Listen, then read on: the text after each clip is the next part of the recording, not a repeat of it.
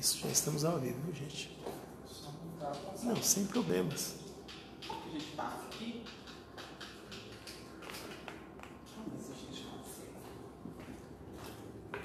Ah, isso é legal. É difícil.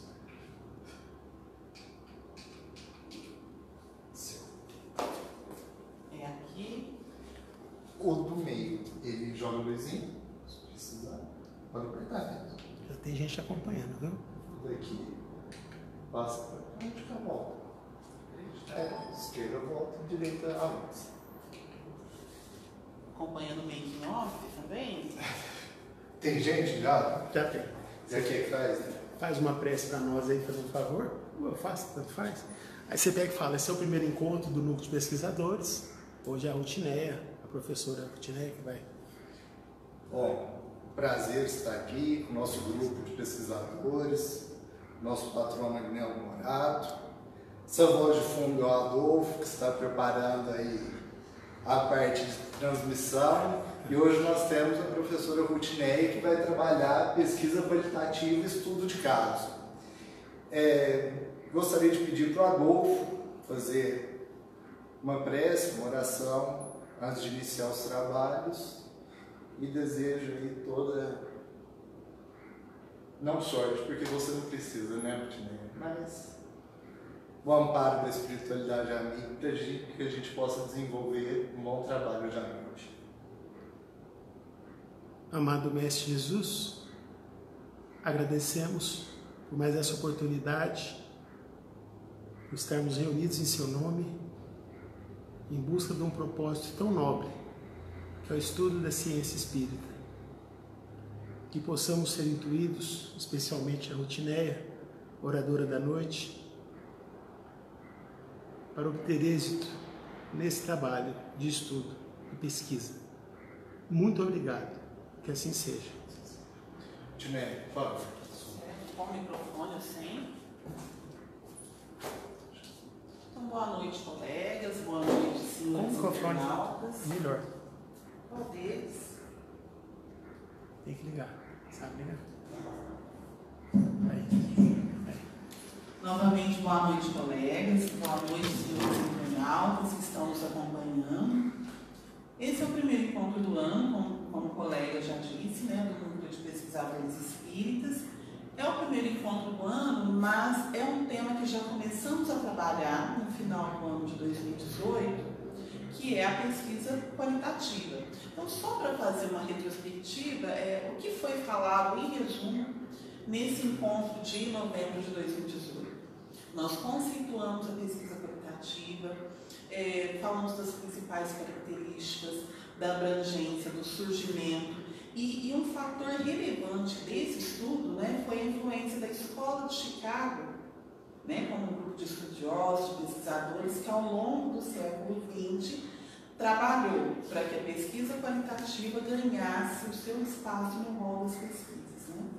Que trabalhou para essa valorização das ciências sociais, das ciências humanas, e são áreas ali que bebem dessa fonte, que é a pesquisa qualitativa, né? Uma das principais características desse tipo de pesquisa é a valorização dos sujeitos, é dar voz a esse sujeito, entender as suas leituras de mundo, as suas vivências. Então está aí a ponte do estudo passado para o estudo de hoje, que seria o estudo de caso, né? Vamos dizer assim, um ramo da pesquisa qualitativa. Por que seria significativo estudar determinados casos e, a partir deles, desenvolvermos estudos, desenvolvermos pesquisas? Você vai ficar aqui, né, Néia? Tá. Aqui fica melhor. Melhor. Então, retomando, né? A pesquisa quantitativa, por ordem de eles, ela pode ser caracterizada como a tentativa de uma compreensão detalhada dos significados e características situacionais apresentáveis pelos entrevistados. Então, a própria pesquisa ela já tem essa característica. Olha, trabalhar com os significados das pessoas que são sujeitos da pesquisa. em lugar de produção de medidas quantitativas de características ou comportamentos. Não é? A pesquisa quantitativa, né, os métodos quantitativos, eles têm ali a sua valoração, mas nos casos que vamos citar, eles não se aplicam. Justamente porque o protagonista da pesquisa qualitativa é o sujeito. As suas experiências, os seus sentimentos, as suas emoções, as suas concepções, trajetórias de vida, coisas que não podem ser quantificadas, emoções não podem ser quantificadas. Comportamentos são avaliados, não quantificados. Então, a gente tem ali como expoente da pesquisa qualitativa a professora Minai, e ela traz para a gente algumas características, né? Trabalha com o universo de aspirações, crenças, valores, atitudes. A gente não falou que a visão do sujeito era valorizada, as suas concepções, as suas crenças. Então, Minai, ela aponta isso para nós, contribuindo dessa forma para a compreensão adequada de certos fenômenos sociais de relevância no aspecto subjetivo. Então, é um tipo de pesquisa que vai lidar com a subjetividade. Possibilita aos participantes da pesquisa, expressarem suas percepções e representações, valorizando o conteúdo apresentado pelos sujeitos. Então, a gente vai ter diversas correntes, por exemplo, a história oral, que vai trabalhar com os sentimentos do entrevistado, as memórias, né? A sua compreensão mesmo da realidade de determinado fato, de determinado contexto. Então, o sujeito, ele é protagonista, né? Ele se faz ali enquanto sujeito histórico mesmo da pesquisa desenvolvida. Agora a gente vai colocar o foco no estudo de caso mesmo, né? Por que seria relevante a gente selecionar casos, né, casos específicos, e o que torna esse caso digno de ser estudado? Então, primeiro, como que Ventura ali vai definir esse estudo de caso? Categoria de pesquisa cujo objeto é uma humanidade que se analisa aproximadamente. Então, aquele objeto, aquela situação, aquele sujeito, aquele conjunto de sujeitos, eles são estudados de perto. É feito um recorte na realidade. Vamos supor que eu vá estudar o movimento operário. Franca é uma cidade, um polo calçadista. Então, vou selecionar ali uma fábrica, né? Houve épocas aí, algumas décadas atrás, nós tínhamos grandes fábricas de calçados, com milhares de funcionários, aquelas fábricas tinham até ônibus, né? Que levavam seus funcionários de suas casas até os seus locais. Né? Eu quero estudar as relações de trabalho desenvolvidas naquele ambiente. Talvez ali eu vá trabalhar com grupos de aposentados que vão trazer ali situações vivenciadas, né? E vão analisar essas situações, né? Vão trazer depoimentos a respeito das relações de trabalho daquele ambiente específico, né? Então a gente vai problematizar aquela realidade, né? O que teve de diferente, né? Naquela situação para que ela seja analisada. Então, aqui na nossa cidade, a gente tem esse exemplo dessas fábricas, né? Fábricas que se tornaram ícones. Né? Por que se aspirava, de repente, trabalhar em determinada empresa, em determinada indústria? Né? Então, a gente teve essas indústrias, né? Que não posso falar o nome, né? Assim, vou falar, por exemplo, quem trabalhava no Amazonas, quem trabalhava no Samelo, era um operário diferenciado. E às vezes aquele operário se identificava com a marca que ele produzia. Né? Então não posso tirar dali um tema de pesquisa. O que fundamentava essa identificação? Né? Quais as características desses locais, quais as relações de trabalho estabelecidas que faziam com que o operário almejasse aquele lugar mais do que o outro, né? Já que eram tantas fábricas de calçado no município de Franca, né? O Grupo Amazonas não era uma fábrica de calçados, era uma outra categoria, né? Produtores de borracha, não é? Mas é uma referência aqui na cidade. Então seria, vamos dizer assim, ó, um recorte na realidade, naquele universo de diversas fábricas de calçado, de diversas indústrias que trabalhavam para suprir essas fábricas de calçado, indústrias no sentido assim, os cortumes, a fábrica de borracha, todos ali serviam de base para aquela indústria. Porque aquela era tida como diferencial, porque era um status estar naquela indústria. E até hoje, já estou rolando uma pesquisa, gente. Alguém pode até querer copiar. E até hoje, qual o significado daquele trabalho para aquelas pessoas que lá estiveram? Porque quem vai conversar com um idoso que esteve nesses lugares, sabe que ele tem memórias, né? Só falando aqui de memórias positivas. Poderia ser também de memórias negativas, né? O que era significativo naquele espaço, naquele tempo, para que fosse digno de estudo. Tá? Então aí a gente teria que ver de perto mesmo, conversar com cada pessoa envolvida, ver ali as suas representações a respeito do trabalho, do local de trabalho, das relações estabelecidas ali.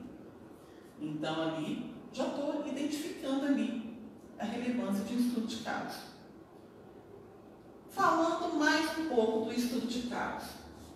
Tem origem nos estudos antropológicos de Malinowski e na Escola de Chicago. Lembra que eu falei da relevância dessa Escola de Chicago para o estabelecimento dessa modalidade de pesquisa? Então, ela tem origem aí, né? Muito próxima da antropologia, da etnografia. Então, está nesse contexto, né? De início do século XX, final do século XIX.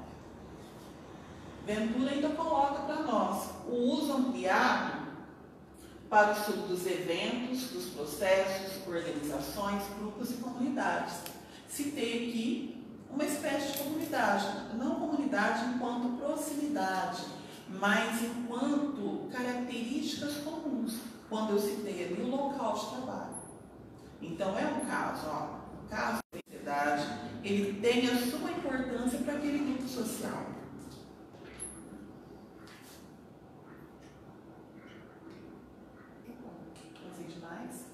Então, já falei da MINAI, né? Isso também. Né? Eu trouxe poucos slides. Ao contrário, Tim. Ao contrário. Isso.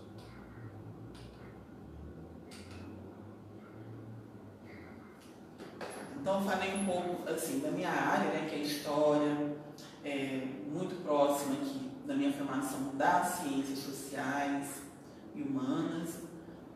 Mas quais as áreas mais comuns em que se indica o estudo de caso? Então aparece muito comum, ó, nas ciências sociais e humanas, nas ciências sociais aplicadas também. Saúde, né, que eu cito a medicina, a enfermagem, a lição da saúde, a psicologia também nessa área, direito e serviço social. Né, porque elas trazem ali casos, situações específicas para serem analisadas. São áreas do conhecimento que lidam diretamente com os sujeitos. Né? Um exemplo aqui, cito o câncer, justamente por isso. Olha, se eu estou aqui, descobri um câncer raro no campo da medicina, ele é digno de estudo. Lembro assim, de uma situação que ocorreu quando eu estava ainda na faculdade de História. Acho que vocês devem se lembrar daquele fenômeno que um bispo chuta a imagem de Nossa Senhora Aparecida. E aquilo foi muito discutido. Né? Pastor, né? Pastor. Isso, eu imaginei isso evangélico, mas pastor acho que caracteriza mais. Então eu lembro que na época isso foi muito discutido na universidade. Né? Ah, mas aquela imagem é só uma imagem, aquela imagem é de barro, ela não é uma pessoa. Está certo. Mas qual o significado daquela imagem? para um grupo de pessoas. O que significou aquele choque, né? Aquele embate de se chutar a santa, de se denegrir a imagem ali daquela representação. Vamos colocar a santa aqui como uma representação da Igreja Católica. Não é? O pastor, ele chutou a Igreja Católica naquele momento. E o que significava aquilo para o grupo evangélico? Né? Colocar a sua supremacia, mostrar ali a sua ascensão na sociedade, a sua ascensão enquanto crença, enquanto quantidade de adeptos. Então foi um fenômeno complexo, né? Um fenômeno digno de ser estudado. Poderíamos ali estudar tanto o significado daquilo para o evangélico, né? Que se firmou enquanto sociedade. Olha, eu ganhei um espaço tão grande, né? Quem a dominou por 400 anos? Quase 500, porque foi antes do ano 2000 isso. E para o católico, né? Olha, qual é o significado disso? Espera aí, temos aqui 400 e tantos anos de história católica no Brasil, professamos essa fé, temos feriados que impomos aí para toda a sociedade. Como que alguém chega e chuta aqui a nossa representação? Então ali foi um fenômeno social significativo, né, de ser estudado tanto por um lado como por outro, né, e sem contar assim, outras nuances ali que podem ser depreendidas dessa situação. Não é? Todo o contexto político, histórico e social que envolvia a sociedade ali no final dos anos 90. Então, seria um caso digno de ser estudado. Então, o que é isso de ser um caso digno de ser estudado? O significado, o impacto que teria ali, o conhecimento que geraria, o estudo aprofundado dessa situação. Né? Se tem ali uma situação social. O câncer raro na medicina. Olha, se o câncer é raro, ele vai provocar ali tantos estudos, tantas pesquisas, que não vão servir somente para a cura daquele câncer, mas que ficarão ali, ajudarão no progresso da descoberta e de cura para outras doenças também. Então, quando eu estudo um caso, é porque ele é representativo, porque ele é importante no contexto em que ele está inserido. Eu não vou estudar aquilo que é corriqueiro, não sei que esteja fazendo a história do cotidiano de determinada época. Eu vou estudar aquilo que causou modificações, que mudou trajetórias, né? Que pode apontar outros caminhos, que podem fazer com que eu tenha a reflexão sobre caminhos passados. Tá. Então, se eu estou no estudo de caso, eu vou me deparar quando eu realizo esse estudo exaustivo de uma situação complexa. Né? Então, eu tenho que apontar ali a complexidade dessa situação. Eu tenho que conseguir compreender essa complexidade, às vezes, de um fato que para outro parece não haver. Né? Se tem aqui um fenômeno social, né, que poderia, assim, passar despercebido ou não, né, que poderia ter sido só um fato, como outros tantos acontecem na religião, mas se eu tenho esse olhar para essas especificidades, se eu tenho um olhar para o impacto que isso causa, né, para determinados grupos, eu vou entender e me debruçar exaustivamente sobre esses estudos. Ou seja, configura-se na escolha de uma situação a ser estudada em espaço e tempo prévia e minuciosamente determinados. Então, aquela situação ela vai ser estudada dentro do seu espaço, dentro do seu tempo. Talvez o chute da santa em um outro país fosse compreendido de uma maneira diferente, com certeza.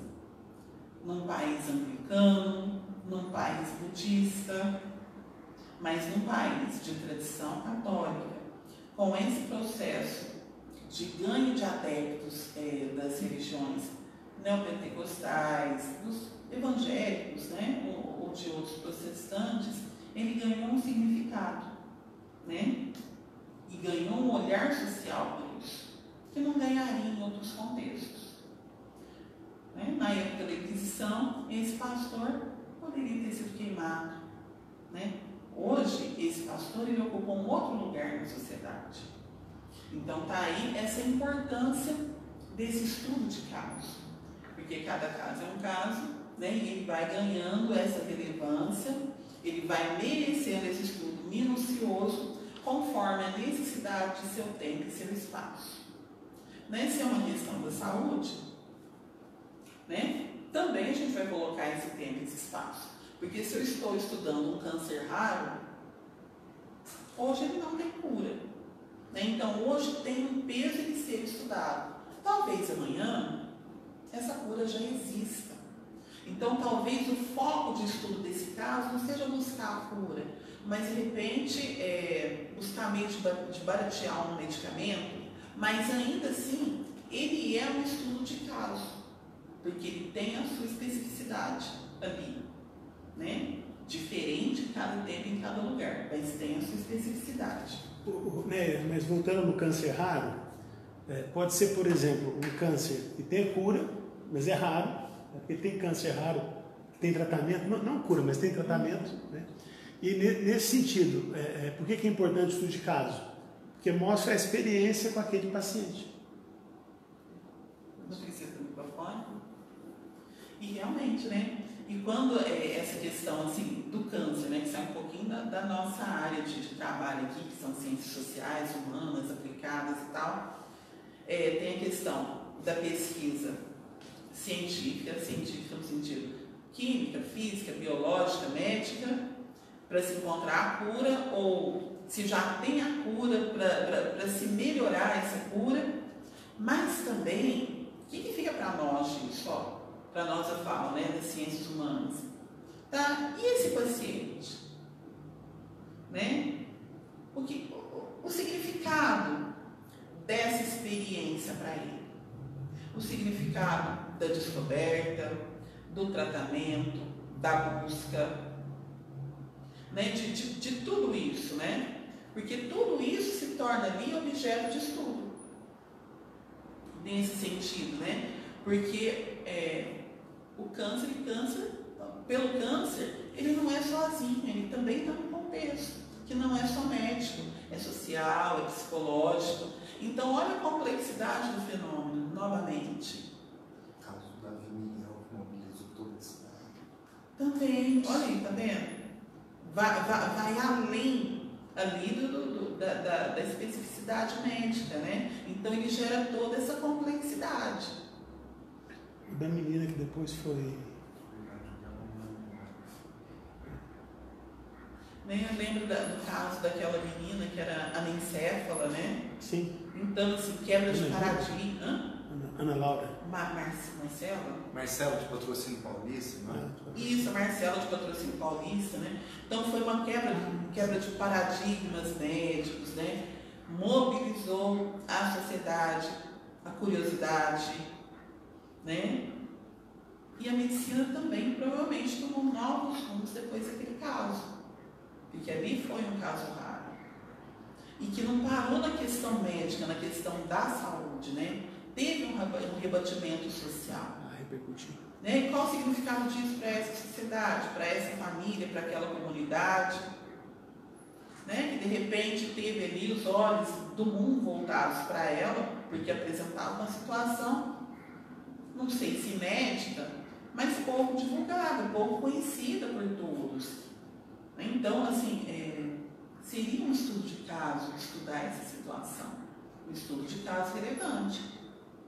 O estudo de uma situação de se criar uma criança anencéfala já seria complexo, mas com essas características do caso da Marcela, isso tem uns 15 anos, gente, uma coisa assim, não é? Uns 15 anos. Né? Mas eu acredito que mais relevante ainda para a medicina, para a sociologia, para várias ciências, né? E é interessante que quando a gente pensou nesse estudo de caso, pensou-se na complexidade ali em determinada área do conhecimento. Mas como a gente está citando os exemplos, né, algo que não tinha nem pensado, né, como que abrange até várias áreas, né, outras ciências. Então, mais ainda, digno de estudo.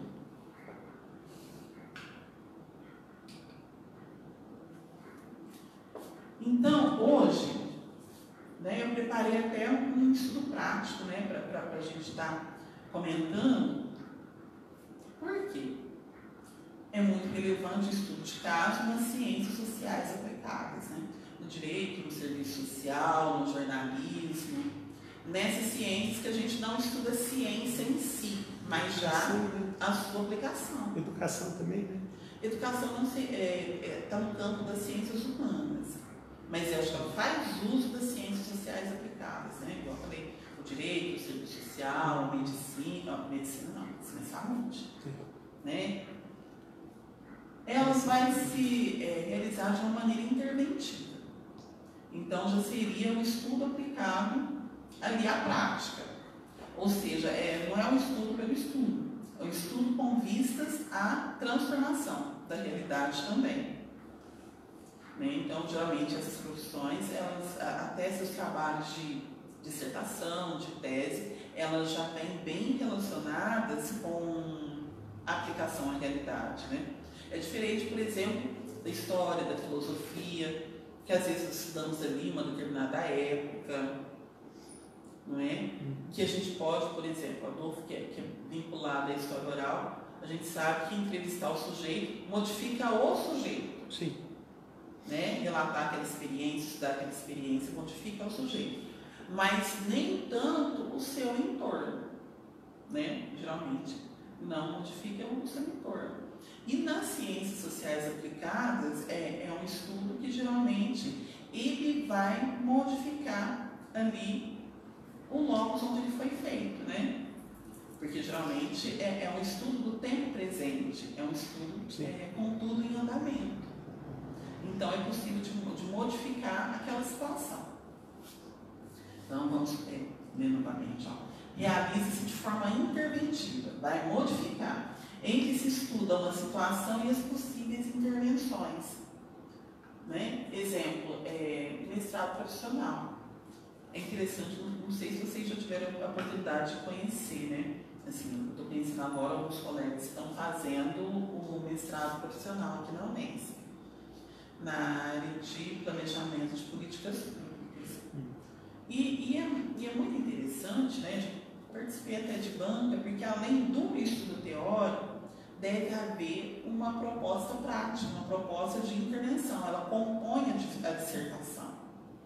Né? Então, a realidade é estudada, não posso dizer que são todos estudos de caso, né? Mas as minhas colegas da prefeitura, por exemplo, são estudos de situações vivenciadas ali no cotidiano escolar. Né? Aliás, a psicóloga da prefeitura também fez, né? Então, aliás, duas psicólogas, se não me engano, né? Uma da área do trabalho e outra, não sei definir a área, mas elas têm que devolver ali para o seu ambiente a proposta de intervenção depois do estudo de realidade. E a maioria, assim eu conheço, são trabalhos muito interessantes na área de educação infantil, educação especial, da psicóloga do trabalho, né? Então são coisas assim que aquele estudo gerou a intervenção, se transformaram em projetos de formação continuada, projetos de psicologia organizacional, ou seja, aquele estudo se voltou realmente para o seu sujeito, né?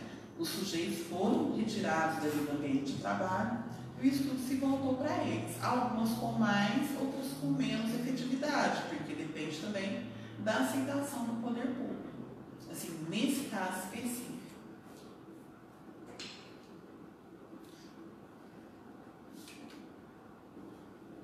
Então, como que a gente seleciona, vamos dizer assim, esse estudo de caso? O pesquisador ele vai começar compreendendo assim as suas particularidades, né? E nessa compreensão das particularidades, ele vai apontar os motivos pelos quais ele aponta que aquele caso é significativo, que é válido estudar. Né? Quando ele se considera o suficiente para ser um objeto de estudo. Né? Quando ele é mais ali do que uma situação corriqueira. Aqui, agora, eu trouxe para vocês um estudo assim prático, um estudo dentro, assim, que ocorre dentro da casa espírita. Vou aqui pegar minha colinha. Interessante, né? Interessante. Isso, não sei se eu tiro esse. Tiro aqui. Um resumo. Não, tiro no S. Isso. E a gente passa para o texto. Aqui no lado a gente fecha. Isso aí. Minimiza. Pode fechar também.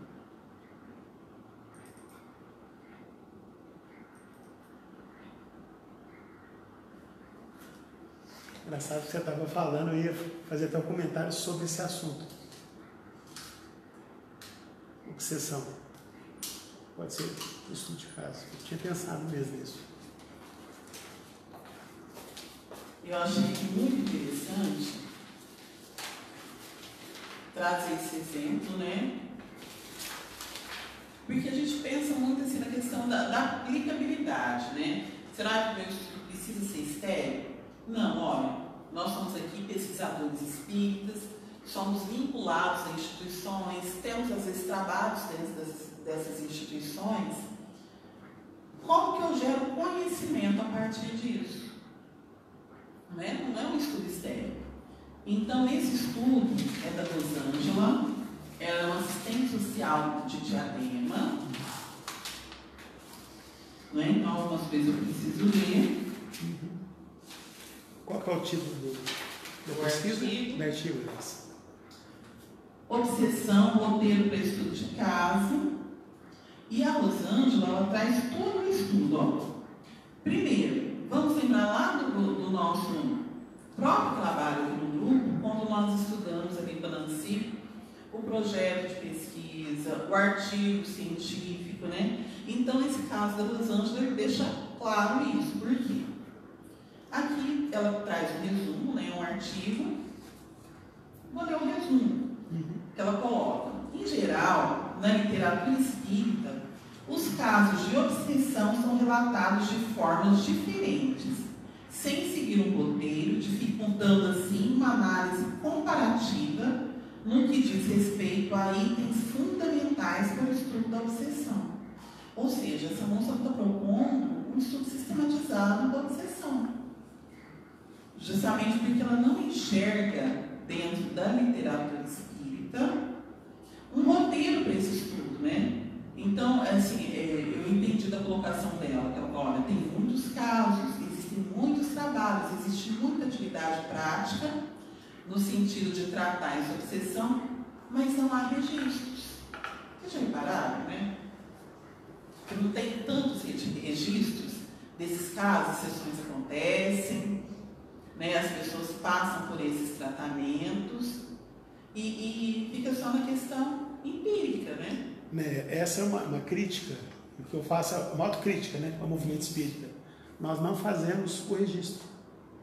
Então tem o grupo mediúnico, há muitos anos, ou vários grupos mediúnicos, e não tem registro. Ninguém gravou. Diferente do que foi feito com a apometria durante os tempos, sim, né? Que eles foram registrando, recortando para traçar um roteiro. Isso foi uma ciência, né? O espiritismo é uma ciência. O espiritismo é uma ciência.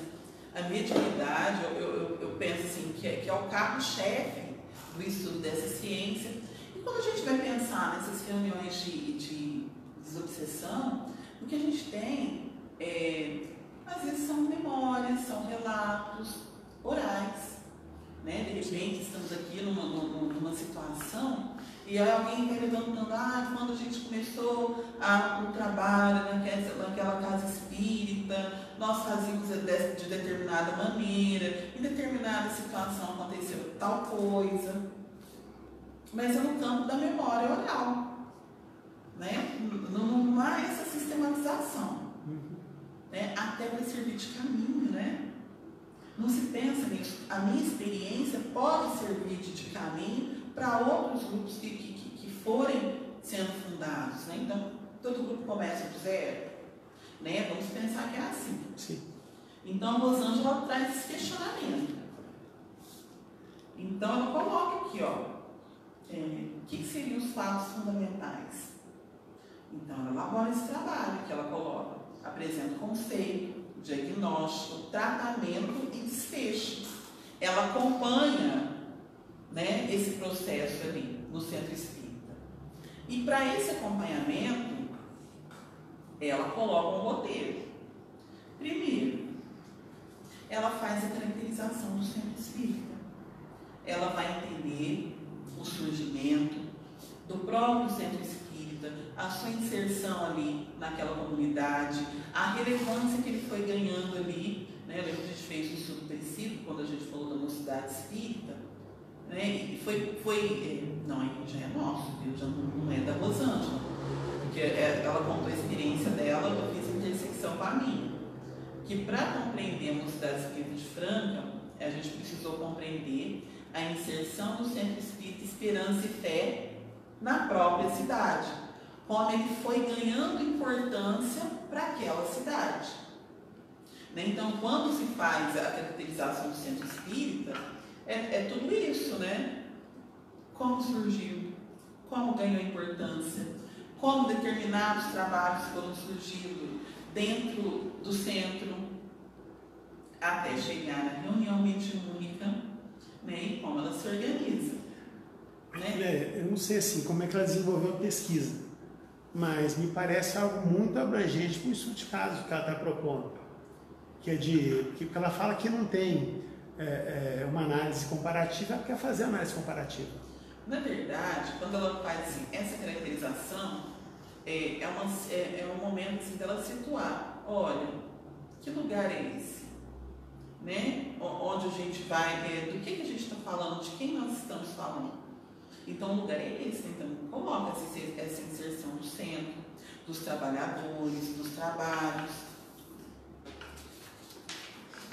Aí, depois, ela coloca aqui, ó, falou do centro, né? No contexto maior ali, como se a gente estivesse falando aqui da fundação.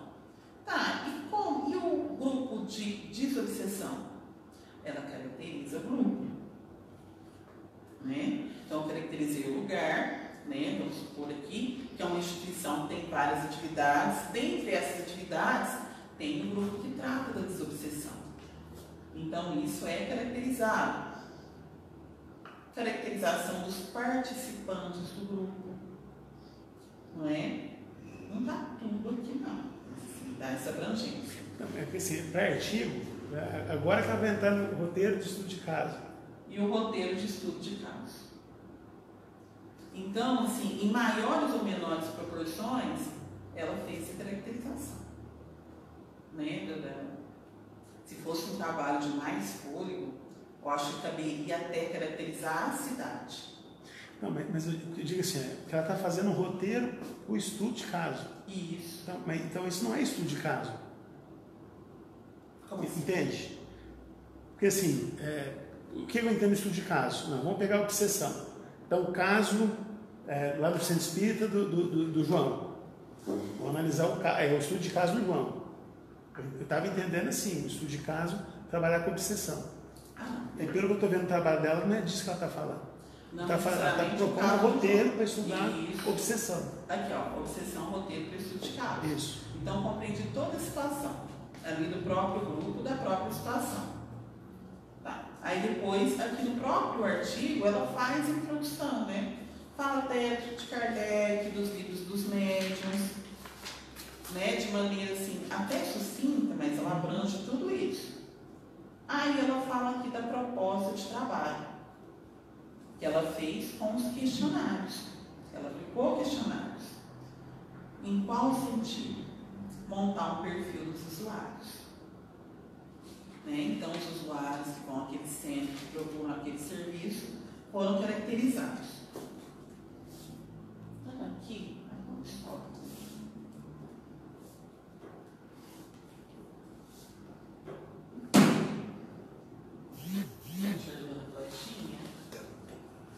Acho que ela não quer se mover. Aqui ela disserte sobre esse estudo a respeito da obsessão. Demorou. Então aqui ela coloca a proposta de trabalho no questionário, ó, identifica a pessoa e tal, motivo da procura, ou seja, ele coloca citar se a pessoa citar que veio ao centro espírita para minorar o sofrimento, seja ele qual for, é responder também as questões abaixo, que são dos itens 4 até o 8. Por que ela procurou o centro espírita? Então ela já dá até uma alternativa. Por que procurou o centro espírita? Se a resposta for relacionada a diminuir o sofrimento, ela coloca ali as questões abaixo, né? Qual a expectativa da pessoa em relação ao centro espírita? Conhecimento da doutrina espírita, como que conheceu. Então ela vai traçar esse perfil. Daí eu já estou imaginando assim, né? Ela está investigando essa pessoa. Já é adepta, o porquê das razões, né? Claro. Conhecimento ou não da doutrina, prática, de onde ela veio, no sentido assim, de crenças, de valores, né? Então ela consegue mapear quem é esse indivíduo que lá está.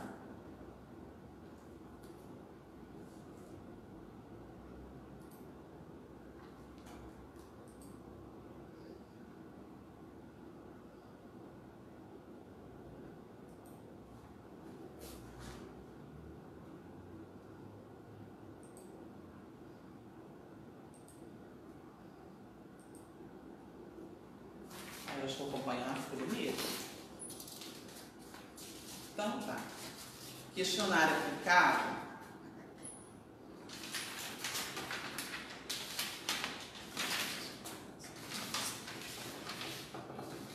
Né? Tem todas as outras questões aqui. Né? Então ela fala até do quadro familiar, frustrações da pessoa, né? Questões assim, de âmbito pessoal, familiar e tal.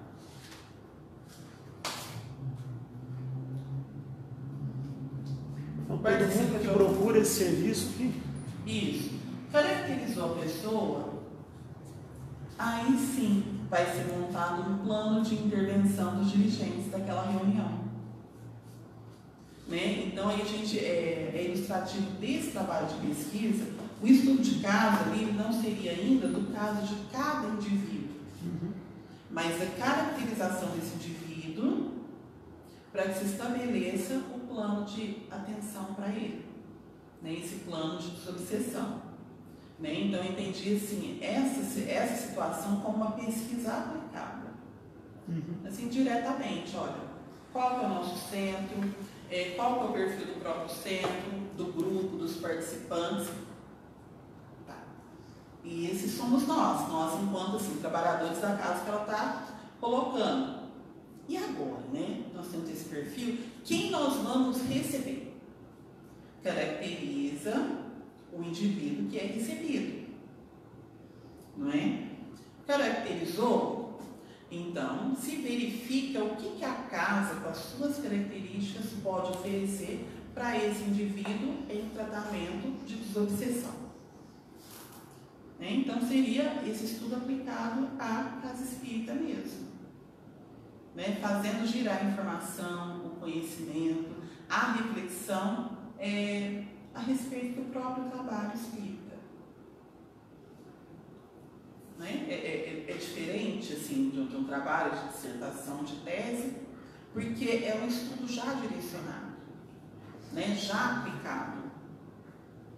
E nesse ponto, eu acho que ele pode ser uma referência, não assim, esse estudo ele só, mas o procedimento.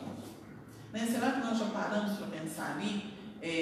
Agora, não nessa situação, olha, eu sou um pesquisador. Como que eu estou levando esse conhecimento para a instituição? Né? Então, o caso da Rosângela eu entendi dessa maneira. Né? Tá bom, manipulação de dados, a pesquisa específica, o conhecimento de realidade, de questões sociais, né, o conhecimento do local, ali a serviço do próprio tratamento da pessoa. Do mesmo jeito que você sempre coloca a experiência do grupo de vocês, do Luz e Amor, né, de tratar do medicamento, qual seria o termo adequado? Mediunidade curadora? Da mediunidade curadora, né? Então seria aqui a pesquisa quanti-qualitativa, porque ela trabalha com algumas coisas que são questões numéricas. Sim. Outras já está no campo do significado, como a gente falou ali no começo da pesquisa qualitativa. Então esses dados são aliados e revertidos para o melhor tratamento ali indicado para cada pessoa. É diferente daquele tratamento experimental de a pessoa vem na sessão de comunicação e vamos ver o que acontece. Né? Seria uma reunião programada, planejada. Ainda que dependa ali, vamos dizer assim, da intervenção da espiritualidade. Né? Então, mas tem uma coisa que eu acho que é importante, que pelo menos eu não estou vendo até agora ter pensado nisso, né? Que é, por exemplo, a gente faz nas nossas reuniões, né, as chamadas comunicações espontâneas. A gente leva a ficha, né, como faz aí, que eu acho que é muito interessante, mas tem casos, quer dizer, não aparece só o espírito relacionado àquele tratamento, muito embora aquele espírito foi tratado, né? Então, aí nesse caso, eu acho que talvez ela não tenha pensado. Né? Mas eu acho que seria interessante relatar, inclusive, isso. Quantas comunicações espontâneas se deram. Sim, sim. Entendeu? Porque pega aqui, ó, de 10 casos que nós trouxemos para trabalhar, exato. Apareceram 13 numa semana, apareceram 14 em outra, depois fazer até uma média para... Eu nem tinha pensado, assim, desse artigo por esse lado. Eu já tinha visto a questão assim, né, do indivíduo não chegar espontaneamente para a reunião mediúnica, né? Olha, eu vim nessa reunião, vim assistir, né? E todos os espíritos se comunicarem, mas já vem um preparo para o encarnado chegar, né? Porque a pessoa encarna aqui. Não, não estou falando de encarnado, eu falei de espírito. Comunicação espontânea. A gente tem as fichas, né? Fez todo esse trabalho, vamos atender essas fichas, mas às vezes na comunicação aparece um espírito que não está, ou mais espíritos que não está relacionado com essas fichas. Foi isso que eu falei, eu não tinha pensado por esse lado. Eu tinha pensado justamente nesse preparo para atender o encarnado. Ó, na minha linha de raciocínio, acompanhando o artigo, não, mas está correto. Não tinha pensado nessa questão da comunicação. É que às vezes aparece. E aparece mesmo. Mas eu imaginei assim, que é uma maneira assim, de se preparar melhor. Sim, não, é fantástico trabalho. Para a pessoa que está chegando na reunião. Né? De evitar, igual falou, o espontaneismo. Porque quando a gente está preparado, a gente consegue lidar melhor até para o inesperado. Né? E eu achei interessante o trabalho de pesquisa mesmo, de caracterizar o grupo, de caracterizar o participante, para desenvolver esse trabalho, né? De usar esse conhecimento que se tem para outros fins na própria casa. Nesse contexto, eu já cheguei até a ler a respeito de quantos espíritos um médium poderia receber. Tem uma discussão sobre isso, da questão da energia do médium. E tem grupos defendendo aí que poderiam ser só 2. Tem gente falando que não, que deveria esgotar toda aquela energia daquele dia. Então tem discussão nesse meio. Eu acho interessante o grupo já estabelecer essa questão. Porque vai que tem um companheiro que vai se debilitando, pega ao longo da reunião. Ao longo da reunião, 1, 2, 3. E nessa reunião é comunicação simultânea? Só tem um médium então, por vez? É interessante fazer isso, eu acho que pode entrar na caracterização da reunião, da própria reunião. Sim, claro. Né? Assim, olha que... Acho que dá para encaixar isso no trabalho dela ali perfeitamente. Que tipo de procedimento vamos ter para essa reunião? Qual é o perfil do meu médium? Né? Porque você falou aqui em perfil do grupo, né? Se é uma desobsessão, tem que ter um perfil do médium, não só do participante, não só do grupo. Ela que não sabe que a gente está aqui até costurando o trabalho dela. mesmo, né? Eu, por exemplo, trabalho com uma médica, ela trabalha mais de 1 hora, fica mais mediunizada e depois não toma passe. Uma médica trabalha conosco. Um caso significativo que merece um estudo de caso. Fica mais de 1 hora. Não é? Porque qual que é o padrão do ser normal? Tem um padrão aproximado para isso, né? O que tem essa médica de diferente que ela consegue fugir ao padrão? Né? É a concentração, quais os procedimentos, né? Que ela tem enquanto médium para ter uma postura diferente. Sim.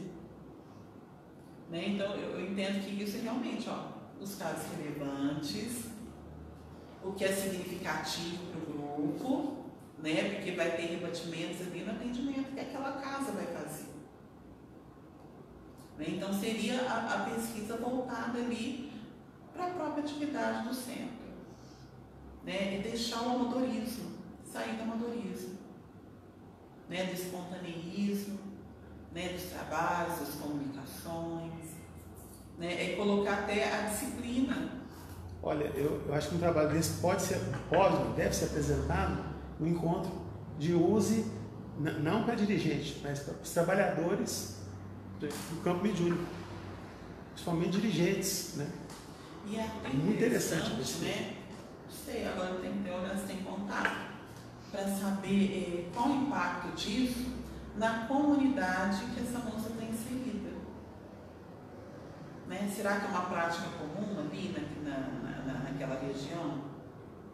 Né? Será que já está se começando essa profissionalização do trabalho? Né? A profissionalização não enquanto assim, fazer para ter lucro, mas deixar de ser amador, deixar de ser espontâneo. Né? Deixar de não ter método. Né? Deixar de não ter método, de não ter rigor. O trabalho voltar para a raiz, né? Ser científico. Ser científico mesmo. Fantástico, filho.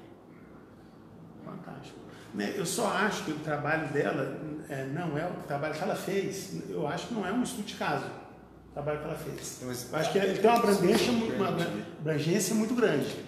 O trabalho dela. Na verdade, não é um estudo de caso. É um roteiro para estudo de caso. É um roteiro. Não, é como a Né estava apresentando estudo de caso. Não, que eu li depois. No início, depois eu li o título, roteiro. Então é um roteiro para se aplicar aos estudos de caso. Mas o que é essa pesquisa? Mas não é um estudo de caso mesmo, não. Mas é fantástico. Essa pesquisa é um relato de experiência. E como que essa história do roteiro? E na verdade, quando vocês colocam isso, engraçado quando a gente está preparando, a gente tem uma visão, né? Depois aqui no debate, mesmo que a gente está falando muito dessa importância do debate. Aí que as coisas vão se clareando. Estudo de caso não é o que a gente colocou. Estudo de caso é o que vai vir depois. Isso, exato. Porque depois dessa preparação toda é que ela vai pegar o caso do William, o caso do Adolfo. Né? O grupo se preparou, agora a gente vai fazer o plano individual para cada um, o tratamento da obsessão de cada um que está visitando ali, frequentando aquele centro com esse objetivo.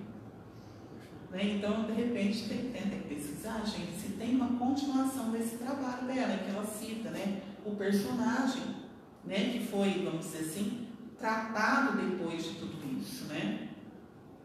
Talvez estudo, de repente um estudo comparativo desse trabalho do grupo antes e depois desse processo aí de cientificação, de tornar científico o trabalho, né, os procedimentos. E até assim, de repente, eu estou pensando como uma unificação, né? Que é 30 anos. Então, né? Vou fazer um encontro para os grupos apresentarem assim, os seus trabalhos, sua experiência.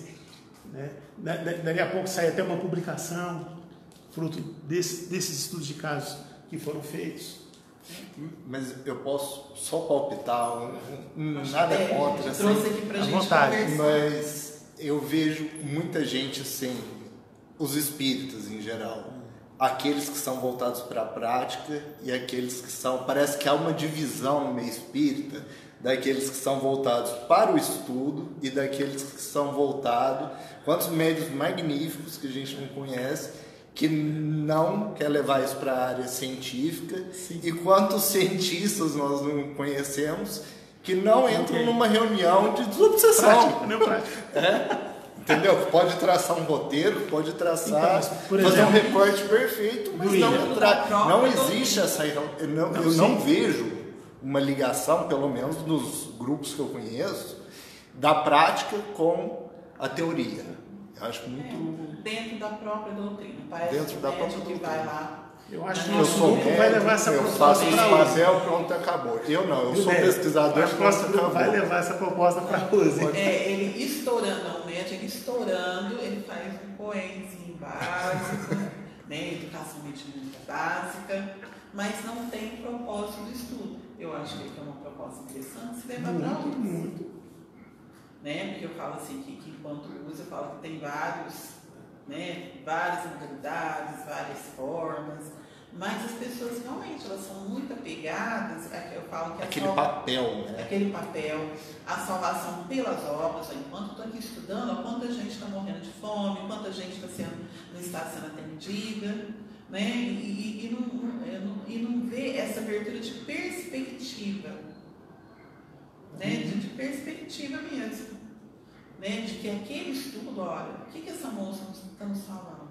Olha, ter colocado o método nos ajuda a atender melhor a pessoa que nos procura. Exato. Eu não parei, aquela questão assim, a pessoa não vai parar para estudar, mas colocar o estudo a serviço do trabalho, né? Fazer, né, as coisas casarem. Você quer ver como é que as coisas já vêm na cabeça da gente, né? Se a gente leva uma proposta dessa, na reunião da USE, né? Reunião de dirigentes de reunião mediúnica. Vamos fazer? A gente pega esse, cada um leva para o seu centro. Aí dali a alguns meses, né? Como é que tá? Vamos fazer uma análise? Vai mudar o trabalho. Vai mudar o trabalho. Porque a pessoa vai começar com dado, né? Com análise, com observação. Ela vai pensar na sua prática. E é interessante que talvez ela vai enxergar de outra forma o próprio grupo. Exato. De repente está lá numa ficha, né? Eu sou médium. Há quanto tempo atuo como médium nessa casa? Aí você fala, nossa, faz tanto tempo que o senhorzinho lá trabalha como médium, né? Que mudanças ele teve de postura, que conhecimentos ele agregou ou não, por que ele deixou de agregar, né? Seu conhecimento ele é só prático, né? Eu acho que vai ser que é uma mudança de postura. Eu acredito que esse estudo tenha causado várias mudanças ali nos participantes dessa casa e influenciado bastante ali a condição dos tratamentos mediúnicos mesmo. Agora a gente tem que buscar até meio de perguntar isso, né? Nem que existe um e-mail, alguma coisa assim. Sim. Para localizar essa autora. Deve ter sim. Não costuma ter, né? Costuma ter. Não, muito bom, muito bom. Devo achar aqui, né? Até o site de onde a gente retirou. Meninos, com certeza eu quero uma cópia. Eu mando o link. Meninos, mais alguma coisa? Não, fantástico. Trouxe os slides, né? Porque a gente estava ligando, acho que não veio na última reunião, né? A última reunião foi administrativa? Não. Não, Bem. Veio? Não De lembro. pesquisa qualitativa? Veio que a professora da Unesp que deu? Não, foi a minha mesmo. Foi a sua? Então faltei. Foi realmente, a gente começou a traçar um pouco dessa pesquisa qualitativa, nesse sentido, né? Como a gente comentou no começo, dar voz ao sujeito, estudar o sujeito no seu contexto. Lembra que eu falei lá da fábrica? Vamos estudar o sujeito inserido no contexto da fábrica, vamos analisar as memórias dele a respeito da fábrica, né? Então o foco é o sujeito, aquilo que ele diz, aquilo que ele pensa, aquilo que ele sente, aquilo que não pode ser quantificado, né? Quando eu trago aqui o exemplo dessa moça, que é uma assistente social, ela trouxe até dados quantitativos, mas visando o quê? A qualidade do atendimento do sujeito. E em determinados momentos ela ouve esse sujeito ela busca as suas impressões, os seus sentimentos, as suas crenças e canaliza isso para o trabalho realizado. Olha, fantástico, hein? Né? Então, eu acho que a conclusão é essa, né, desse tipo de pesquisa. Né? Existe a pesquisa do macro, né, que vai verificar, aí, vamos dizer assim, as macroestruturas mesmo, né, as grandes quantidades, né, as grandes propostas. Mas essa, ela vê os pequenos universos. Né? E ouve ali o que as pessoas pensam a respeito. Né? Como elas sentem. Sim. Qual o impacto na vida delas. Né? Então, acho que seriam assim, essas questões da pesquisa qualitativa, que tem várias nuances, né? Que tem um estudo de caso, que aí eu enquadraria também a história oral. Sim. Né, que traz essa questão da memória, e outras também, né, que não temos tanto assim, vamos dizer, contato, né, como a fenomenologia, como o positivismo, mas que não podem ser colocadas em números, porque estão no campo das emoções. Sim, da subjetividade. Da subjetividade. Né? Então, se vocês não têm nada a acrescentar, eu encerro. Fantástico. Obrigado. E agradeço a atenção de quem nos acompanhou pelo Facebook também. Estamos à disposição para esclarecimentos, se for o caso. Pode desligar.